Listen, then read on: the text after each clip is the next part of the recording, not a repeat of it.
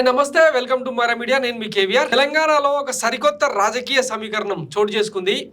దాదాపుగా 10 ఏళ్ల తర్వాత అంటే 2015 ఓటుకు నోటు కేసు తర్వాత చంద్రబాబు కరకటకు పారిపోయారని అందరూ భావించిన తరుణంలో ఆ తర్వాత ఎప్పుడు కూడా తెలంగాణ రాజకీయాల్లో టీడీపీ అధినేతగా ముఖ్యంగా పటిష్టమైన పునాదులు ఉన్న తెలుగుదేశం పార్టీ అధ్యక్షుడిగా కూడా ఎక్కడా రాజకీయ జోక్యం చేసుకోలేదు చంద్రబాబు. 2018 ఎన్నికల్లో తెలంగాణ ఎన్నికల్లో కూటమితో కలిసి టీడీపీ పోటీ చేసినా కూడా పెద్దగా ఫలితాలు సాధించలేదు. ఆ తర్వాత టోటల్గా కాడి దించేసిన తరుణంలో అంటే 2023లో కనీసం పోటీలో కూడా నిలవని పార్టీ అధ్యక్షుడు ఈరోజు తెలంగాణలో అడుగుపెట్టాడనమాట. ఇది దేనికి సంకేతం అన్నది ఇప్పుడు మనం డిస్కస్ చేసుకుందాం. వాస్తవానికి అంటే రేవంత్ రెడ్డి అండ్ చంద్రబాబు ఇద్దరు కూడా ఒక టర్నింగ్ పాయింట్ లాంటి ఇష్యూలో ఇరుక్కున్న 2015 ఓటుకు నోటు కేసులు. అప్పట్లో అంటే ఇప్పుడు ప్రస్తుతం రేవంత్ రెడ్డి ప్రభుత్వంలో కీలకమైన ప్రభుత్వ సలహాదారుగా ఉన్న వేం నరేందర్ రెడ్డి అప్పట్లో ఎమ్మెల్సీగా గెలిపించుకునేందుకు కొంతమంది ఎమ్మెల్యేలను ఎమ్మెల్సీలను కొనే ప్రయత్నం చంద్రబాబు పార్టీ చేసింది. ఆ టైంలో సూట్ కేసులతో దొరికిన రేవంత్ రెడ్డి అంటే ఆడియో వీడియో క్లియర్ కట్గా కనిపించడం, తర్వాత Chandrababu they briefed me brother అని చెప్పి ఆయన మాట్లాడిన ఆడియో వీడియో రికార్డ్స్ అన్నీ బయటకు రావడం, ఇవన్నీ కూడా అప్పట్లో పెద్ద సంచలనం అనమాట. ఆ తర్వాత ఆ ఓటుకు నోటు కేసే ఒక అంటే రాజకీయ సర్దుబాటుకు కారణమైంది. దాని తర్వాత చంద్రబాబు కరకట్టకు వెళ్ళిపోయారు. అక్కడి నుంచే ఇంకా ఆంధ్ర పరిపాలన సాగించే ప్రయత్నం చేశారు. ఆ తర్వాత హైదరాబాద్ మీద తెలంగాణ మీద సర్వ హక్కులు కోల్పోయినట్టు అయింది.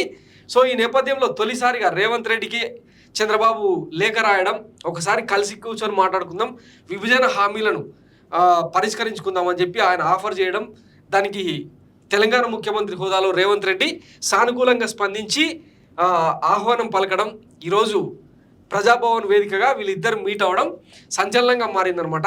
సో ఇది దేనికి సంకేతం అన్నది మాట్లాడుకునే ముందు ఒకసారి ఈ పచ్చపత్రికలు ఏం రాసినాయన్నా చూద్దాం.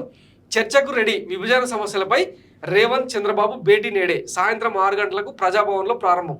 విభజన చట్టంలోని 9-10 షెడ్యూళ్ల సంస్థలే ప్రధాన agenda. CID quarters, lake view అతిథి గృహం పైన చర్చ. కొన్ని సమస్యలైనా కొలిక్కి వస్తాయని అభిప్రాయాలు. విద్యుత్ బకాయిలపై పేచి వీడుతుందన్న ఆశాభావం. తెలంగాణ నుంచి పాల్గొననున్న బట్టి పొంగులేటి శ్రీధర్ బాబు, ఏపీ నుంచి మంత్రులు సత్యప్రసాద్, జనార్దన్ రెడ్డి, దుర్గేష్. ముఖ్యమంత్రుల భేటీపై ఉమ్మడి ఖమ్మం జిల్లా ప్రజల ఆశలు. జిల్లాలో పరిష్కారానికి ఎదురు చూస్తున్న అనేక సమస్యలు అని చెప్పి ఆంధ్రజ్యోతి రాసిన వార్త. నిన్న చంద్రబాబుకు టీడీపీ శ్రేణులు బేగంపేట నుంచి ఆయన ఇంటి వరకు ఘనంగా స్వాగతం పలికినాయన్నమాట. బేగంపేట విమానాశ్రయం నుంచి. ఇక ఈరోజు మెయిన్ ఎజెండా ఏంటి అన్నది కొంతమంది అంటే ఇది ఊహాగానాలే, అక్కడ ఏం జరుగుతుంది అన్నది తెలియదు. తెలంగాణ చర్చకు పెట్టనున్న అంశాలు ఇవే. తెలంగాణ ప్రభుత్వ వర్గాల తాజా పాత అంశాలకు తోడు కొన్ని కొత్త అంశాలను తెరపైకి తెచ్చాయి. అవి ఏపీలో కలిపిన 7 మండలాలు తిరిగి ఇవ్వాలి, ఏపీలోని 1000 కిలోమీటర్ల మేర తీర ప్రాంతంలో తెలంగాణకు భాగం కావాలి, తెలుగు ప్రజల ఆరాధ్య దైవం తిరుమల వెంకటేశ్వర స్వామికి చెందిన టీటీడీలో తెలంగాణకు కూడా భాగం ఇవ్వాలి, కృష్ణా జలాల్లో 811 టీఎంసీల నీటి లభ్యతలో తెలంగాణకు 558 టీఎంసీలు కేటాయించాలి, తెలంగాణ విద్యుత్ సంస్థలకు ఏపీ విద్యుత్ సంస్థల బకాయి ఉన్న 27,000 కోట్లను సత్వరమే చెల్లించాలి, ఏపీకి ఏమైనా చెల్లించాల్సి ఉంటే చెల్లిస్తాం, తెలంగాణకు ఓడరేవులు లేనందున ఏపీలోని కృష్ణపట్నం, మచిలీపట్నం, గంగవరం పోర్టులో భాగం ఇవ్వాలని చెప్పి రేవంత్ సర్కారు చంద్రబాబు ముందర ప్రతిపాదనలు పెట్టిందని ఇది ఎక్కడ హైదరాబాద్ ఎడిషన్లో ఆంధ్రజ్యోతి రాసుకొచ్చింది అనమాట. ఇదే వార్తను ఏపీలో రాస్తే తంతరు అనమాట ఏపీ ప్రజలు. ఎందుకంటే ఇప్పుడు టీటీడీ అనేది ఆంధ్ర ప్రజల సొత్తు, దాంట్లో తమిళనాడుకు వాటాలు ఉన్నాయి, కర్ణాటక ప్రభుత్వానికి వాటాలు ఉన్నాయన్న సంగతి తెలిసిందే కదా. ఇప్పుడు కొత్తగా తెలంగాణకు కూడా సగభాగం ఇవ్వాలంటే అయ్యపనేనా? తర్వాత పోర్టులలో వాటా అయింది. సో ఇవంతా ఏంటంటే డైవర్షన్ పాలిటిక్స్కు ఊతకర్రగా పనిచేస్తున్నాయని, దానికోసం తెలంగాణ ప్రజలను అటు ఆంధ్ర ప్రజలను మభ్యపెట్టేందుకు ఈ అంశాలను తెర మీదకి తెస్తున్నారన్న చర్చ బయట రాజకీయ వర్గాల్లో జరుగుతున్నాయన్నమాట. మొన్ననే తెలంగాణ సిద్ధాంతకర్త, మిలిటెంట్ ఉద్యమ పోరాట యోధుడు, టీఆర్ఎస్ వ్యవస్థాపక సభ్యుల్లో ఒకరైన గాదెన్నయ్య గారి ఇంటర్వ్యూ చేసుకొచ్చినాం మేము.